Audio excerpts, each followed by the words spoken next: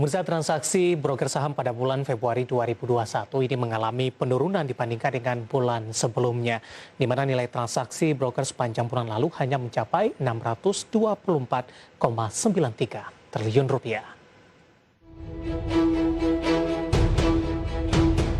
Transaksi broker atau pialang saham pada bulan Februari 2021 mengalami penurunan dibandingkan dengan bulan sebelumnya, di mana nilai transaksi broker sepanjang bulan lalu hanya mencapai 624,93 triliun rupiah atau terkoreksi 26,4% dari raihan bulan Januari senilai 849,12 triliun rupiah. Meski mengalami penurunan, namun transaksi broker justru membukukan pertumbuhan secara tahunan. Berdasarkan data Bloomberg, total transaksi pada bulan Februari 2021 masih jauh lebih tinggi dari raihan tahun sebelumnya yang hanya 278,45 triliun rupiah atau meningkat 55,44%.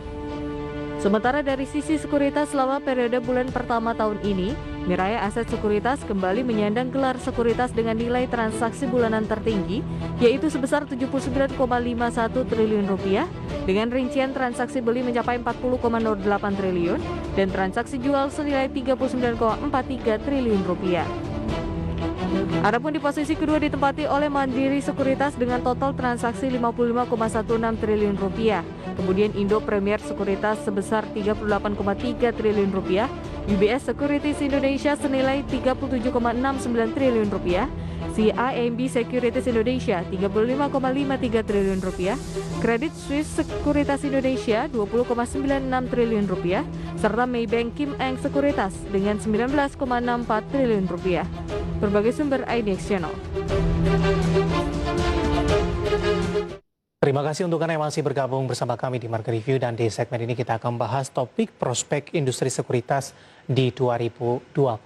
Saat ini kami sudah terhubung melalui via Zoom bersama dengan Bapak Krisna Arman yang merupakan analis FI Rating PT Pevindo. Kita akan langsung sapa saja. Pak Krisna, apa kabar Pak? Baik Pak, selamat pagi Pak. Selamat pagi juga, terima kasih sudah meluangkan waktu di IDX Channel Pak Krisna. Topik kita adalah prospek industri sekuritas di 2021.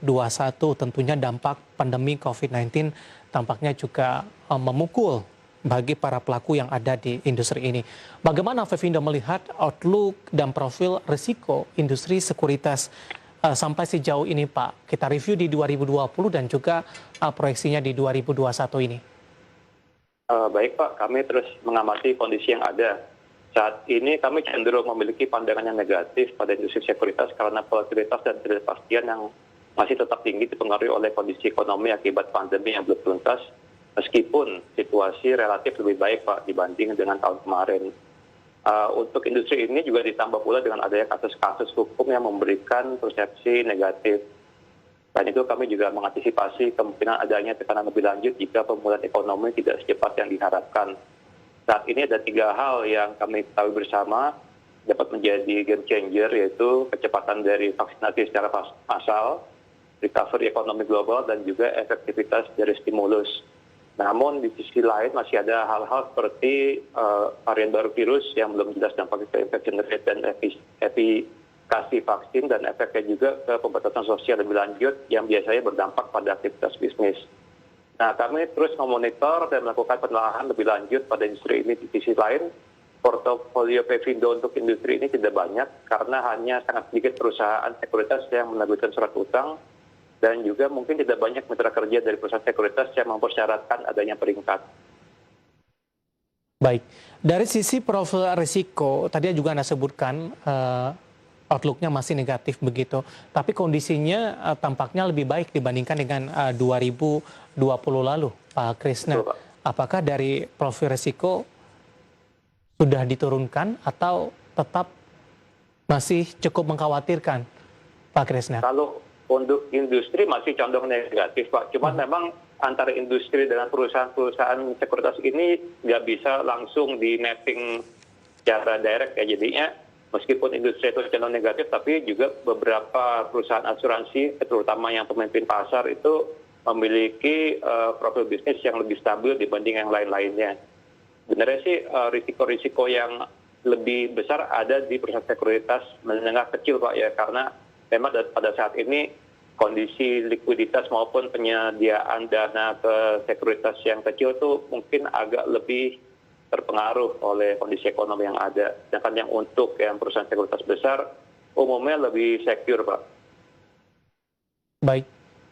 Apakah memang dampak dari pandemi ini sangat mempengaruhi keadaan finansial perusahaan sekuritas secara umum, Pak Krisna?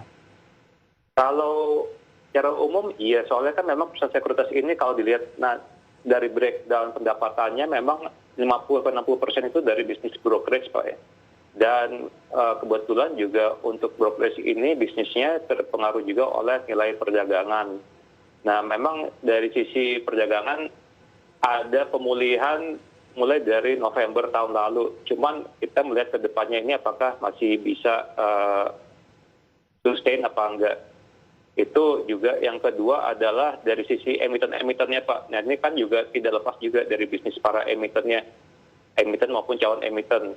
Kalau untuk perusahaan sekuritas juga ada beberapa porsi, sekitar 20-10% itu dari fundraising, jasa fundraising, baik itu investment banking maupun advisory.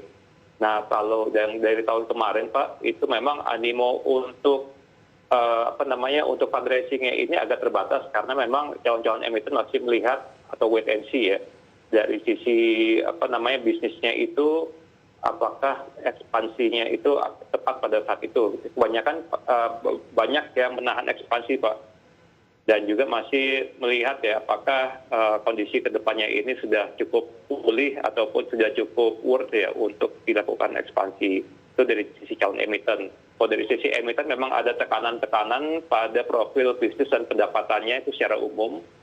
Sehingga kalau kita lihat dari dampak harga saham maupun dari dampak ketertarikan investor maupun trader untuk melakukan transaksi di perusahaan sekuritas juga agak turun meskipun belakangan sudah mulai naik, Pak ya. Terutama kalau kita baca banyak munculnya influencer-influencer saham di akhir-akhir tahun gitu yang sempat meningkatkan animo investor retail ya. Tapi kita juga jangan lupa bahwa memang ada juga perusahaan-perusahaan sekuritas yang banyak bisnisnya itu tergantung dari investor yang korporasi yang sedikit banyak telah terpengaruh oleh berita apapun kasus dari Jiwasraya maupun Asabri ini ya. Oke. Jadi ada semacam mix ya